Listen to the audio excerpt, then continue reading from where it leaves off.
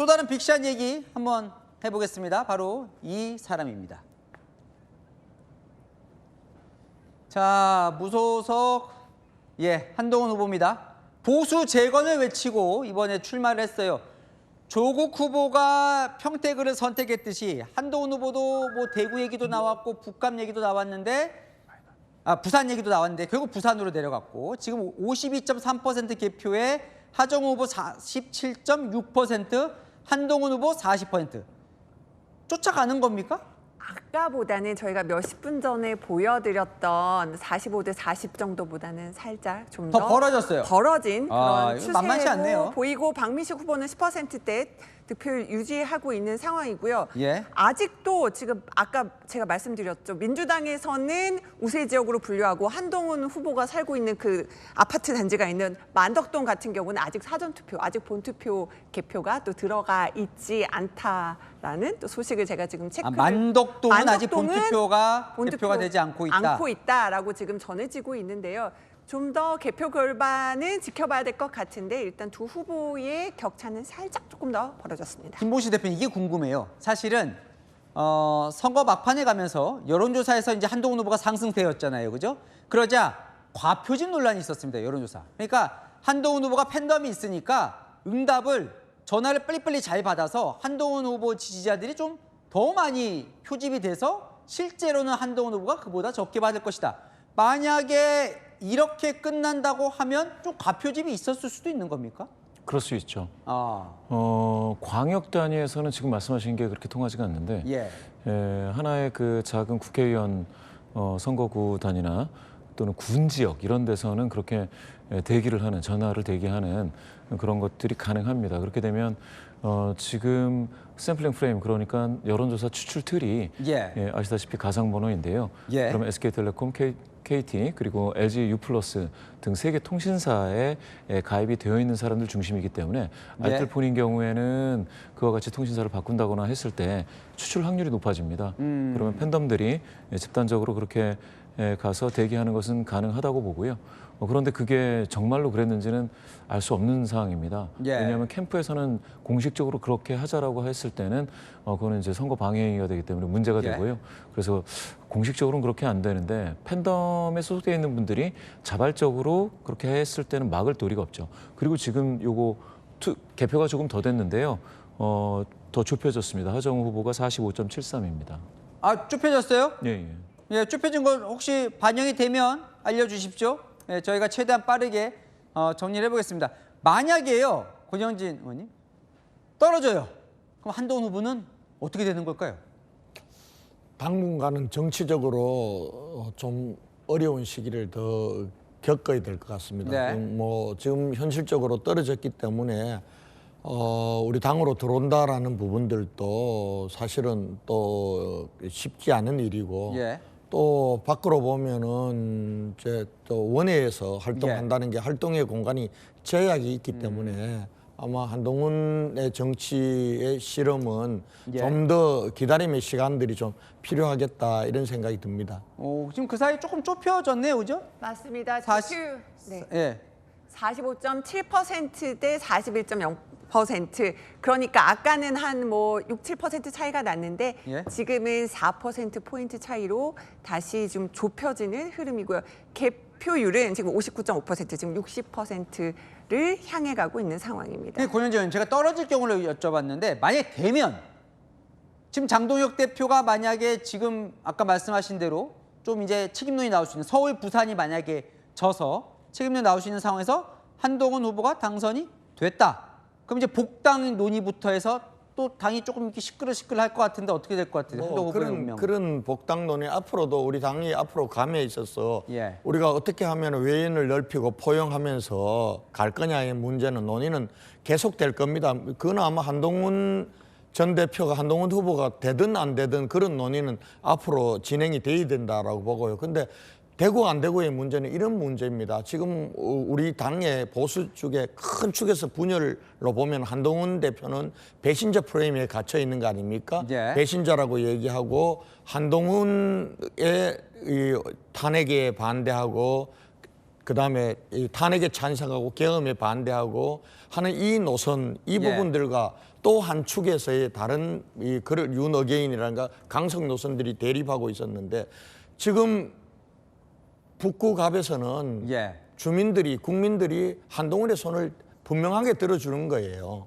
국민들의 입장에서. 한동훈이 박민식 후보와 비교해서. 그렇죠. 한동훈 노선이 옳았다라는 걸 들어주는 거기 때문에 저는 그런 면에서 국민의힘이 앞으로 나아감에 있어서 한동훈의 당락과 무관하게 과연 우리가 다수 국민들로부터 지지받는 그런 보수 정당이 되기 위해서는 앞으로 어떻게 가야 될 건가라는 북갑에서 나오는 표심의 향배를 보면서 우리가 그 방향을 찾아 나가야 된다. 그렇게 봅니다. 박민식 후보 한 12% 여기에 또 의미를 좀 부여하셨는데 여긴 또 뭡니까? 일이 좀 바뀌었어요. 이남희 선임 기자. 네, 자 경기 평택 을입니다. 저 1, 2, 3위가 이렇게 뒤집히는 경우는 처음인 것 같습니다. 이번에는요, 국민의힘 유이동 후보가 31.6%의 득표율로 지금 김용남 후보를 지금 앞서서 1위로 처음 올라가는 모습을 보실 수가 있습니다. 1, 2위가 바뀌는 경우는 봤는데 이렇게 1, 2, 3위가 유이동, 김용남, 조국 후보가 지금 개표 상황에 따라서 1, 2, 3위를 계속 왔다 갔다 세 후보가 지금 교환하고 있는데 현재로서는 유이동 후보가 1위를 달리고 있습니다. 김모시 대표님, 사실은 여론조사가 많았는데 다 오차범위 3파전이었던 거는 다 여론조사에도 반영이 됐던 거고 또 오차범위 내긴 했지만 유이동 후보가 1위 나온 여론조사는 제가 본 기억이 잘 없긴 하거든요. 근데 그래도 오차범위 내인 경우는 꽤 있었어요.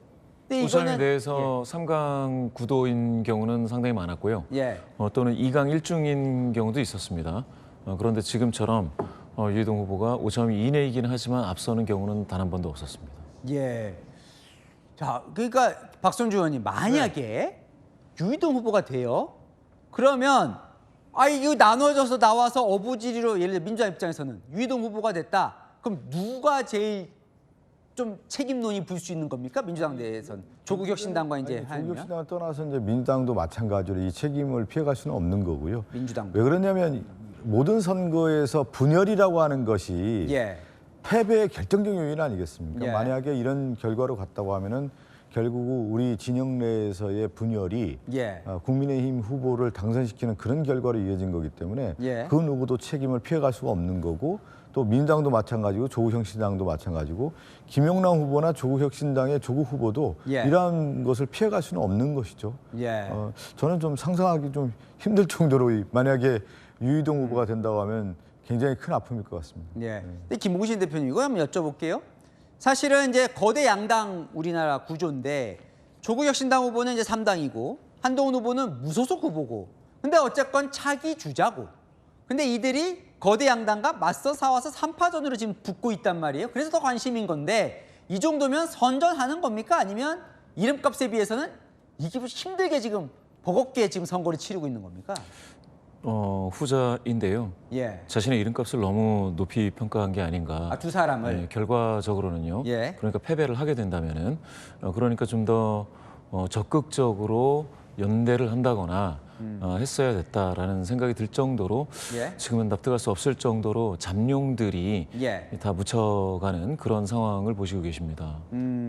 지금 유이동 후보가 왜 이렇게 높게 나왔냐라고 또 좀 현장 얘기 들려오는 게요. 이제 고덕동이 이제 대기업 다니는 직장인들 많은 사실 투표율은 좀 낮은 곳이었는데 유이동 후보 측도 예상을 못했대요. 고덕 사동에서 유이동 후보가 좀 더 앞서가는. 그러니까 고덕동에서 지금 예상 못한 좀 선전을 하는 것 같다 이런 분석도 들려오고 있는데요. 이제 고덕동이나 이제 평택을도 워낙 지역구가 넓고 엄청 넓다면서요? 도농 복합 지역이어서 이제 대기업 다니는 직원들도 있고 약간 그런 그 농촌 지역도 있는데 그런 표심들이 어떻게 엇갈렸는지도 한번 지켜볼 부분인 것 같습니다. 그러니까 고덕동이 원래는 유이동 후보가 그렇게 잘 나오는 지역이 아닌데 기대를 별로 안 했다고 합니다. 막상 개표를 해보니까 좀 잘 나오더라.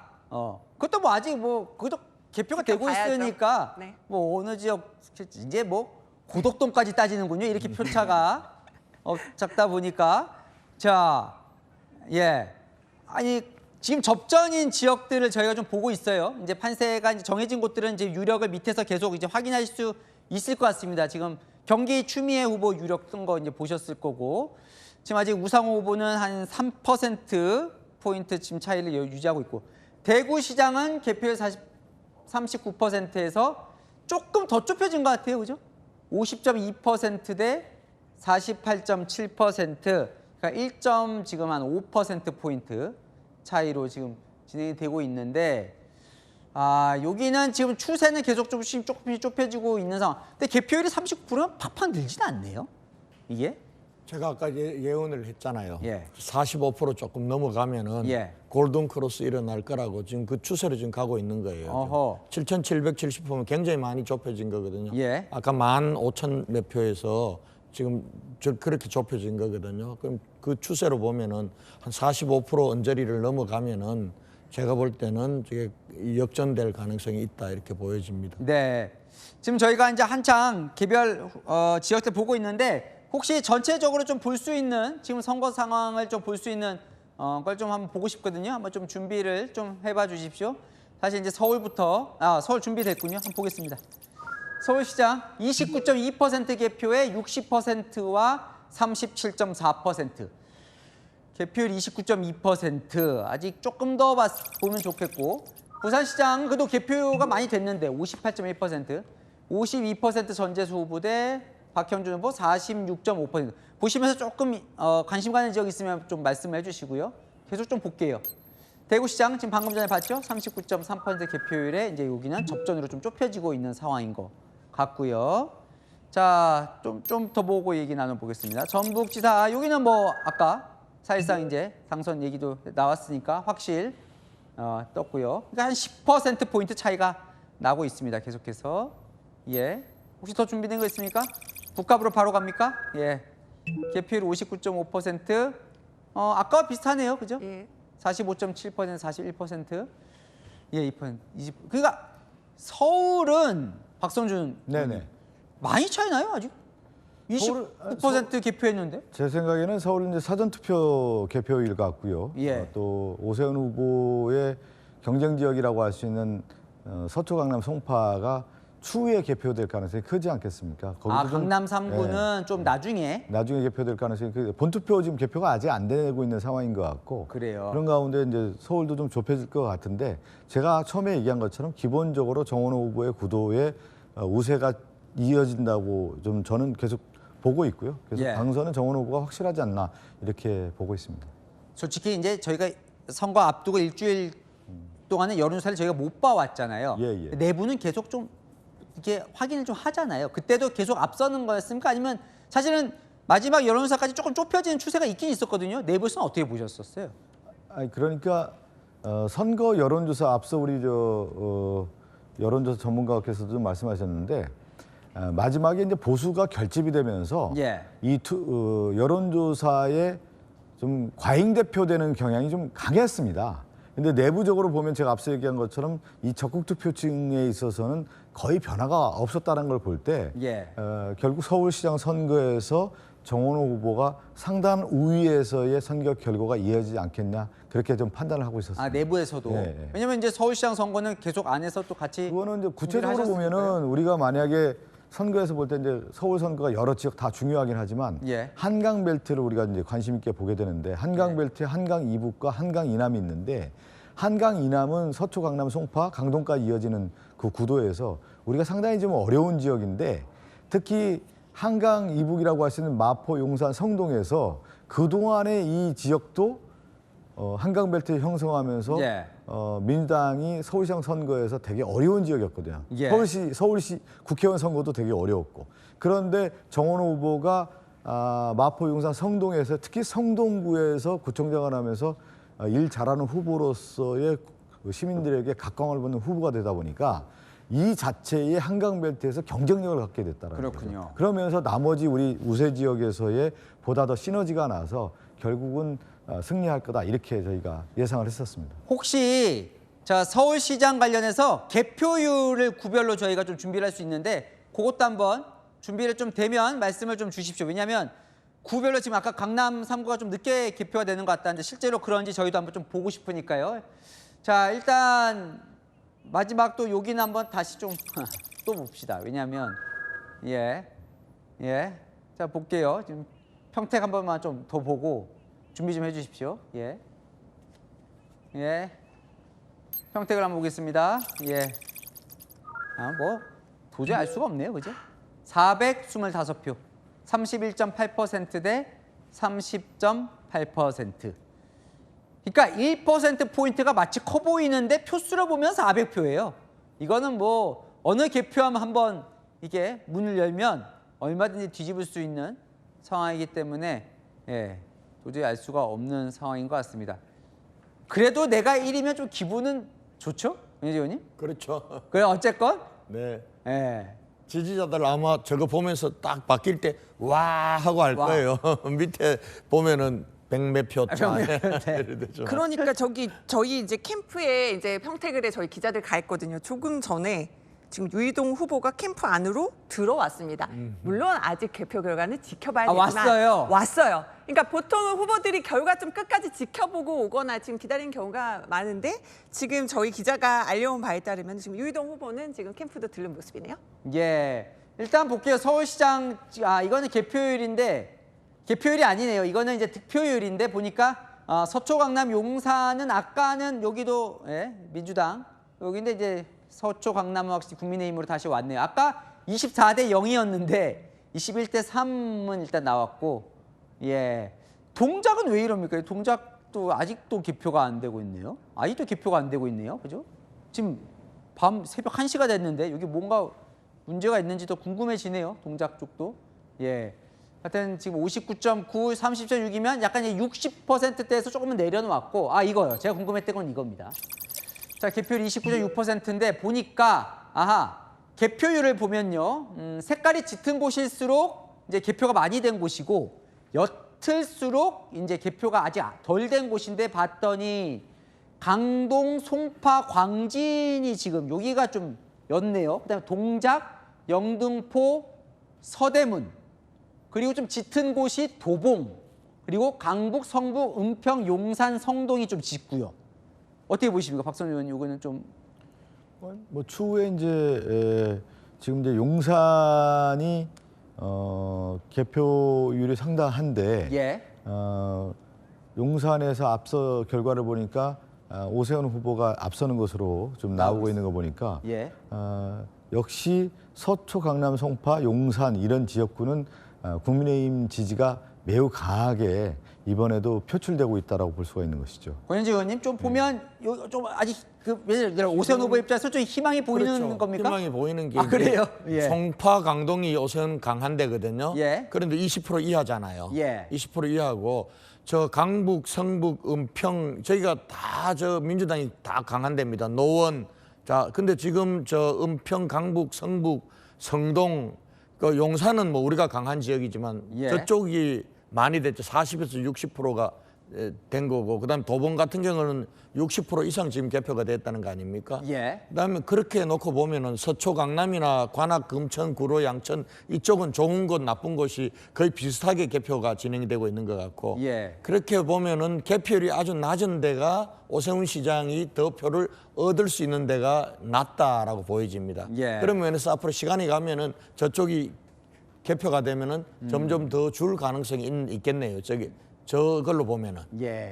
성동구도 좀 나중에 좀 궁금하긴 하네요. 성동구청장 나온. 일단은 투표율이 굉장히 높았거든요. 성동이요? 성동구 일단은 정원호 후보가 3선을 지낸 성동구는 투표율이 제 기억으로 66%인가 넘어서 이제 평균보다 높은 투표율을 기록했기 때문에 이 부분은 정원호 후보한테는 좀 유리하게 작용하지 않을까.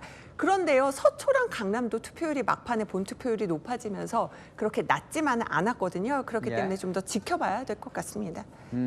이게 보니까 이번 그 선거부터 조금 늦어질 수 있는 게 수검표를 새로 시작을 했다면서요? 맞습니다. 한 번 더 처음에는 자동으로 분류하고요. 그게 또 제대로 분류가 됐는지 수검표하는 작업을 거치기 때문에 좀 더 시간은 걸릴 수 있다고 하고요. 그리고 서울이 지금 또 좀 늦어지는 이유는 아까 저희가 처음에 전해드렸지만 송파 지역, 특히 거기에 이제 투표용지 부족 때문에 아까 장동혁 대표가 선관위에 방문을 했었고 아까 김재섭 의원 모습 잠시 보여드렸는데 아까 화면에 좀 나왔어요. 그죠? 설명을 못 드렸는데 잠실 그 투표소 투표용지 부족 사태 일어났던 곳으로 김재섭 의원도 가서 이렇게 문 두드리면서 항의하는 모습을 보실 수 있었고요. 그다음에 장동혁 대표가 선관위원장도 만나서 개표 중단해달라 서울 이렇게 요청하니까 그건 저희의 소관사항이 아닙니다. 서울시 소관사항입니다. 이렇게 말을 해서 지금 장동혁 지도부는 서울시 선관위 관계자들을 만나고 있어요.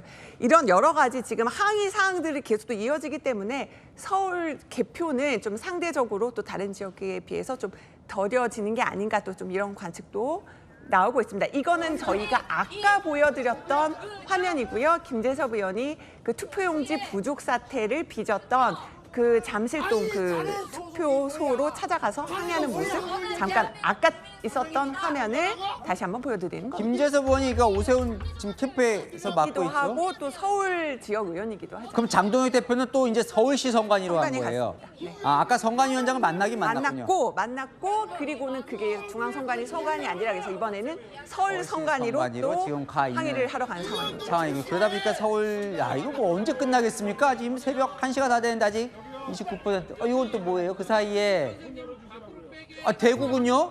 예. 아까 이제 1000표 안으로 아까 7000표 정도 차이가 났었죠. 770표에서 지금 913표로 줄었네. 49.6% 대 49.4%로 이제 이거는 김봉신 대표님. 어쨌든 일관되게 지금 추세는 추경호 후보가 쫓아가는 추세인 것 같아요. 지금 이제 개표율이 40% 좀 넘은 상황인데 어때? 이래도 다시 또 추세가 바뀌어서 벌어질 수도 있습니까? 아니면 이럴 때는 보통은 좀 좁혀집니까? 뭐 모르지만. 벌어질 수 있죠.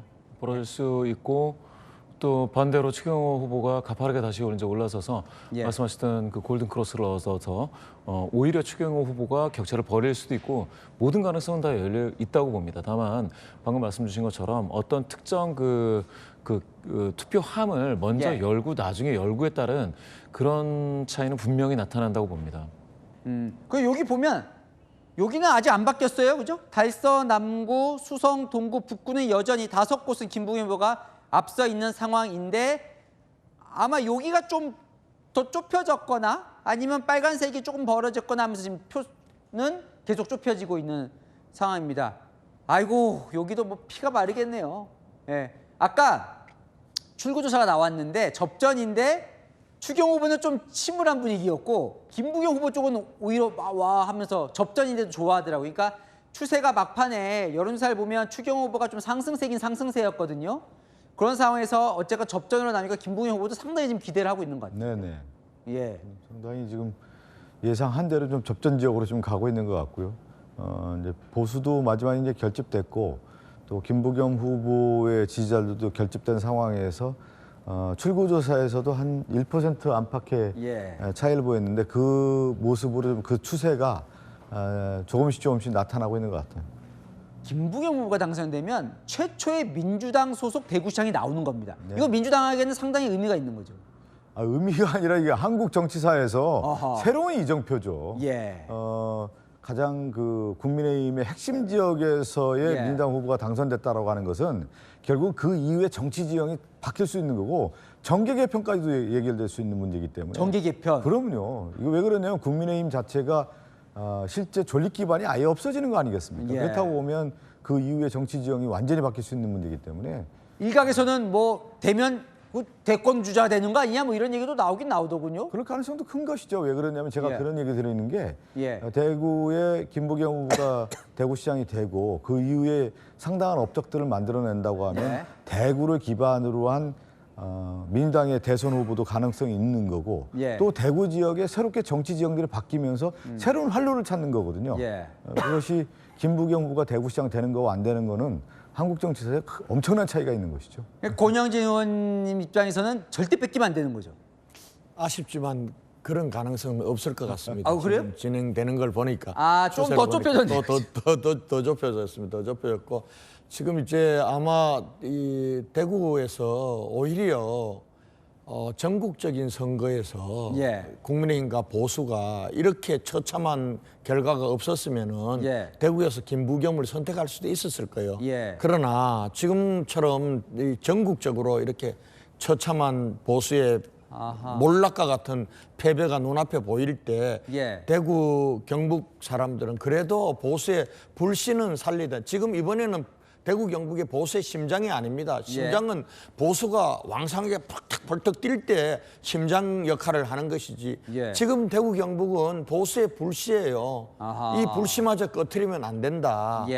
그러니까 광주 호남이 그랬습니다. 광주 호남이라고 해서 그동안 민주당에 대해서 못마땅하거나 예. 민주당이 부족하다고 왜 느끼지 않았겠습니까? 그러나 거기는 그래도 민주당의 불씨를 꺼뜨리지 않았거든요. 예. 꺼뜨리지 않았기 때문에 그 이후에 어떻게 보면은 노무현 정권, 문재인 정권, 이재명 정권을 탄생시킬 수 있었다고 봅니다. 마찬가지로 대구 경북도 보수에 있어서는 이젠 불씨 같은 곳이다. 이 예. 불씨라도 살려두어야 나중에 이것이 불씨가 또 다시 활랄 타올라서 다시 보수가 나라 경영을 다시 맞는 그런 시대를 만들 수 있다. 이런 심정으로 아마 대구 경북민들은 이번에 국민의힘에 표를 줬을 거예요. 국민의힘이 예. 뭐 이뻐서 준 거 아니에요.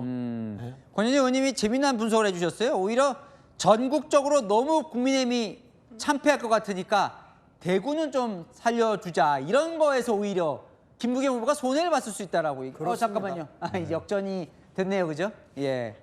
그러니까 그런 말씀을 주셨던 거예요, 그죠? 그러니까 오히려 김부겸 후보는 그런 점에서 좀 손해를 봤지. 안 그러면 대구도 진짜 넘어갔을 수 있다.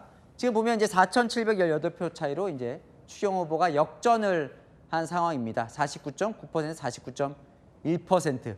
사실은 대구가 이렇게 접전으로 지금 보고 있다는 것 자체도 상당히 생소한 겁니다, 그죠, 김봉시 대표님? 예, 맞습니다. 방금 권영진 전 의원님 말씀 주신 것처럼 사실 TK, PK 그러니까 영남권에서는 전국적으로 민주당이 셀 때 영남권에서 역결집은 굉장히 강했습니다. 2024년 총선 때에도 우리 잘 알다시피 당시 영남권에서는 오히려 국민의힘으로 상당히 결집력이 강화돼서 나타났던 현상을 좀 볼 수가 있어서 이번에 정확하게 분석을 해주신 것 같습니다. 김부겸 후보 이제는 이제 열세로 돌아섰는데 요 추세가 계속해서 반복이 된다면 그렇다고 한다면 격차는 권영진 의원님 말씀 주신 그 정도로 벌어질 게 이제 예상이 되는 바로 그런 현상을 좀 보고 계십니다. 지금 화면에 한동훈 후보가 캠프에 왔나 보죠, 이남희 선임 기자? 네, 맞습니다. 지금 저희 실시간으로 보여드리고 있는데요. 지금 현재 하정우, 한동훈 후보의 지금 표차도 350표 차이로. 이거 좀 보고 얘기하죠. 네. 야, 350표 차로 쭈벼들었습니다. 지금 저희 42.9% 대 42.3%.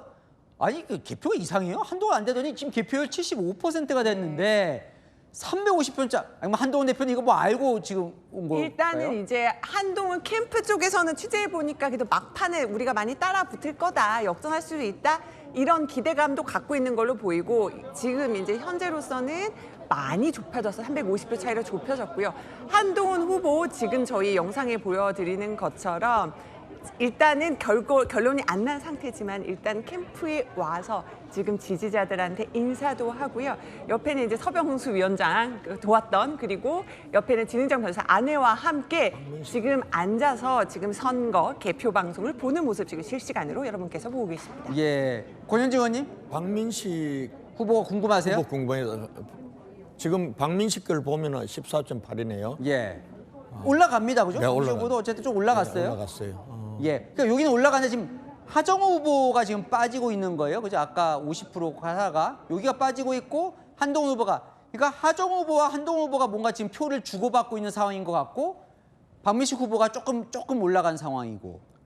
어떻게 보이십니까? 아까 4.7% 정도 차이 났거든요. 45.7 대 41 정도 됐는데 하정우 후보가 한 2, 3% 빠졌고 한 2%, 1% 상승하고 한 2% 상승하는 그런 이제 주고받는 게임이 됐네요. 역전되겠는데요. 역전 된다고 보세요? 근거가 있으십니까 혹시? 그냥 바람입니까 아니면 아니 추세가. 예, 추세선이. 이제 그런 게 또 지역적 특성으로 이제 앞에 예를 들면 이제 구포라든가 덕천에서 개표를 먼저 했는데 한동훈 후보에게 많은 표가 나왔다고 하면 이제 좁혀지는 것 같고요. 만약에 이제 만덕에서 어떤 표가 나오느냐에 따라서 최종 결정이 되지 않을까 싶네요. 아까 그 만덕, 그렇죠? 아까 잠깐 다시 만덕동이 민주당 후보가 민주당이 좀 강한 데인데 민주당에서 강하다고 한동훈 했어요. 후보가 거기로 이사를 갔다는 거죠. 네, 지금? 거기에 왜냐면은 만덕동이 그 현지에서는 좀 부촌으로 불리고 이제 대단지 아파트 단지가 있어요. 예. 그래서 민주당에서는 만덕동이 우리가 우세 지역이라고 원래는 분류했었고 그다음에 이제 한동훈 후보는 그 아파트 단지에 이사를 왔습니다. 예. 그래서 서로 만덕동에 이제 기대를 하고 있는 상황이었어요. 아까 제가 맨 먼저 말씀드린 이제 구포, 덕천동은 상대적으로 구포에서는 김문수 후보가 대선 때도 이겼고요. 그러니까 예. 보수 후보들이 좀 유리한 지역에 먼저 까졌던 상태였는데요. 이제는 이제 만덕동 상황까지 지금 개표가 진행되고 있는 것으로 보이는데 점점 좁혀드니까 지금 하정우 캠프도 좀 굉장히 긴장하는 분위기라고 하고요. 지금 개표를 지금 양쪽에서 초접전으로 지금 지켜보는 상황이라는 거를 저희 현장 기자들한테 지금 듣고 있습니다. 평택을보다 부산 북갑이 먼저 결론은 날 것 같네요. 개표율이 여기가 더 75.2%니까 평택을보다는 좀 앞서는 것 같아요. 북갑이 좀 더 인구가 작고 작은 지역이라고 하더라고요. 그리고 평택을 같은 경우는 굉장히 또 넓은 지역이기 때문에 일단은 개표 상황만 봤을 때는 부산 북갑 결과가 먼저 나올 것으로 보입니다. 부산 북갑이 투표율도 높았잖아요, 그죠? 70%가 넘었는데요. 전국이 평균이 60.9%였어요. 전체 투표율이. 그러니까는 전체 전국 투표율보다도 훌쩍 높았고, 그러니까는 한동훈 후보 상승세가 처음에도 얘기가 나왔었잖아요. 막판 조사 때는. 예. 그러니까 민주당 쪽 지지층도 결집해서, 그러니까 양쪽에 결집을 하면서 굉장히 투표율 높아진 게 아니냐. 현장에서도 또 그렇게 보고 있더라고요. 사실 뭐 구포시장이 이렇게 유명해지는 경우가 잘 없는데 하여튼 이번 선거에서 사실은 광역선거와 지방선거와 함께 이뤄진 재보궐선거였는데도 하여튼 뜨거웠어요, 그죠? 부산 북갑에 대해서는. 워낙 뜨겁고요. 지금 보니까 저희 기자들이 찍어온 영상들을 제가 또 좀 봤는데 지금 한동훈 후보 캠프 앞에는 또 지지자들이 굉장히 많이 몰려와서 예. 또 같이 응원을 하는 분위기도 지켜볼 수가 있고요. 그러니까 그렇게 저는 아마 저 북갑 분들도 그렇게 말씀하시더라고요. 우리 지역에 이렇게 많은 사람들이 온 적이 있었나 할 정도로 북갑 선거였지만 전국적인 관심이 뜨거웠던 곳이었고 지금도 많은 분들이 와서 또 지금 현재 결과를 지켜보고 있는 것으로 보입니다. 하정우 후보를 사실 이게 내려보냈다는 건 AI 수석을 하다가 어쨌든 민주당으로서도 한번 여기 절대 놓칠 수 없다. 왜냐하면 지금 부산에서 민주당 의원이 지금 여기 한석이란 말이에요. 그래서 마지막에 어쨌건 그렇게 호소를 했습니다. 전재수 후보가 민주당을 한석은 남겨놔야 되지 않겠냐 부산에서, 그죠? 예, 되게 놓칠 수 없는 지역으로 보신 거죠? 아니 이제 그 놓칠 수 없는 지역뿐만 아니라 이제 우리가 얘기하는 하나의 부산 전체 시장도 있지만 북갑이 큰 싸움의 한 판이 이제 대회전이 펼쳐진 거 아니겠습니까? 예. 우리도 이제 부산의 북갑의 이제 최전선에서의 모든 집중을 해서 한판 승부를 하는 지역이 됐고 또 한동훈 후보는 자신의 어떤 정책 생명을 걸고 이렇게 싸운 선거였고 그것이 보수의 단일 후보는 아니었지만 예. 자신들의 어떤 사표 방지를 위해서 한동훈 후보로 쏠림 현상들이 분명히 나타난 거기 때문에 그 현상들에 의해서 지금 좁혀지는 건데 저는 다만 이렇게 좀 보고 싶어요. 예.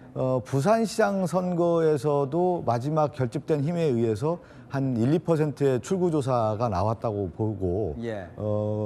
저 하정우 후보도 그런 흐름으로 좀 나타난 건데 예. 추세로 봤을 때는 저는 전재수 후보가 기본적으로 우회에서의 흐름이 계속 이어진다고 하면은 예. 하정우 후보의 흐름도 계속 이어질 가능성이 크다. 왜 그러면 결국에는 마지막 유권자가 표를 줄 때 전재수 부산시장을 주고 예. 바로 한동훈 후보로 가기는 되게 어려운 거거든요. 아까부터 이제 줄투표 가능성을 얘기를 가능성이 매우 하셨어요. 큰 거기 때문에 저는 연동돼서 갈 가능성이 크고 앞에서도 계속 유지가 됐을 때는 전재수 후보의 득표율과 박형준 후보의 득표율의 그 차이만큼 예. 하정우 후보, 한동훈 후보가 유지가 됐었는데 예. 좁혀지는 가운데에서의 흐름도 지금 그런 현상으로 좀 나타나고 있거든요. 근데 마지막 한 20% 좀 남아있는 개표 상황에서 어느 예. 동에서 균형점을 찾을지 아니면 좀 더 우위에 갈지 그거는 좀 더 시간이 해결해 주실 것으로 보입니다. 예. 개표가 75%된 거잖아요. 맞아요. 75% 됐는데 지금 전재수 후보는 52%의 지지를 얻고 있어요. 예. 근데 하정우 후보는 지금 2.6%밖에 안 되기 때문에 맞아요. 줄투표는 성립이 안 된 거예요. 지금 아. 골라서 찍는 거예요. 전재수를 찍었다 하더라도 보궐선거 국회의원은 지금 한동훈을 찍는 현상이 나타나고 있는 거거든요. 예. 그런 면에서 제가 보건대는 이게 결과를 최종적으로 어떻게 알 수 없지만 한동훈 후보가 저 정도 되면은 나머지 25%를 어느 동이 남았고 어느 동이 유리하고 불리하고 대체로 압니다. 현장에서는 지금 나와서 본다는 것은 곧 역전될 가능성이 있다라고 해서 나온 것 같다는 생각이 들고요. 뭐 설사 그렇게 되지 않더라도 지금 부산 북구갑에서 한동훈 효과라고 하는 것은 대단했다고 봅니다. 지금 70%가 넘는 투표율이잖아요. 70%가 넘는 투표율은 보통 저기가 아마 지난번 22대 국회의원 선거 때 68% 정도밖에 안 됐을 거예요. 그러니까 대선 때 투표율에 버금가는 투표율을 만들어낸 거예요. 그럼 누가 그 효과를 뭐 때문에 나타났겠느냐. 하정우하고 박민식하고 양자 대결했으면 저렇게 높았을까? 저는 한동훈 효과라고 보는 거예요. 그만큼 투표율을 70% 이상으로 끌어올린 효과는 분명히 있었고 그런 아마 바람이었다고 한다면은 제가 볼 때는 출구조사에서는 한동훈 후보가 한 1% 뒤지는 걸로 나왔지만은 이길 수도 있겠다. 그런 생각이 저도 듭니다, 지금. 김우주 대표님. 지금 여야 의원님들이 조금 다른 전망을 했어요. 줄투표는 사실 쉽지 않기 때문에 전재수 후보와 결국은 수렴될 거다라는 거고 권현재 의원님은 그거 아니다. 분리해서 투표를 할 수 있을 거다. 이 줄투표 위력이 어느 정도 되는 겁니까? 줄투표 위력은 상당하죠. 일관 투표라고 해서 한쪽 색깔, 한쪽 기호로 이렇게 쭉 투표하는 거는 어느 선거에서나 굉장히 강력한 효과를 얻었는데요. 단 이번에는 부산 전체 부산시장과 부산 북갑이 구도가 다르기 때문에 발생하는 교차 투표도 어느 정도 나타난다고 봅니다. 그리고 전재수라는 인물이 가지고 있는 성격이 국민의힘을 지지하시는 북갑 주민분들이라 하더라도 인물은 전재수를 찍는 경우가 있었다고 한다면 지금 그렇게 그와 같이 과거에 교차 투표를 하셨던 분들이 지금은 그러면 국민의힘한테 회초리를 들기 위해서 하정우라는 회초리를 들지 한동훈이라는 회초리도 같이 들지 이런 것들은 좀 따지고 본다면 그러니까 일관 투표도 있지만 교차 투표 현상을 또 볼 수 있는 곳이기도 하다라고 분석이 됩니다. 그러면 단일화 사실은 막 얘기가 많이 나왔잖아요. 사실은 한동훈 후보와 박민식 후보. 그때 이제 한동훈 후보가 내가 진짜 보수다 하면서 내가 보수 재건이다 이걸 외치면서 이제 선거운동을 했다는 거예요. 만약에 그렇다면 뭔가 보수라는 거를 강조해서 한 게 좀 통하는 겁니까? 북갑에서는? 김보식 대표님 어떻게 보십니까? 제가 봤을 때는 보수를 재건할 수 있는 인물로 생각하는 게 일단은 있기는 있는 것 같습니다. 그러니까 보수를 혼내주기 위해서는 보수가 필요하다. 뭐 이런 어떤 정도의 논리가 있어서 한동훈 후보가 만약에 당선이 된다고 한다면 북갑에 자리를 마련해서 여기에서 둥지를 틀고 그리고 부산을 대표해서 또 다른 어떤 보수의 심장이 되기를 바라는 그러한 유권자분들의 마음이 충분히 이렇게 반영이 되고 있지 않나 싶기도 합니다. 네, 알겠습니다. 이 시각에 그러면 북갑은 지금 아직 개표가 또 75%에 멈췄어요. 속이 탑니다. 저도 궁금한데 빨리 좀 하면 좋겠네요.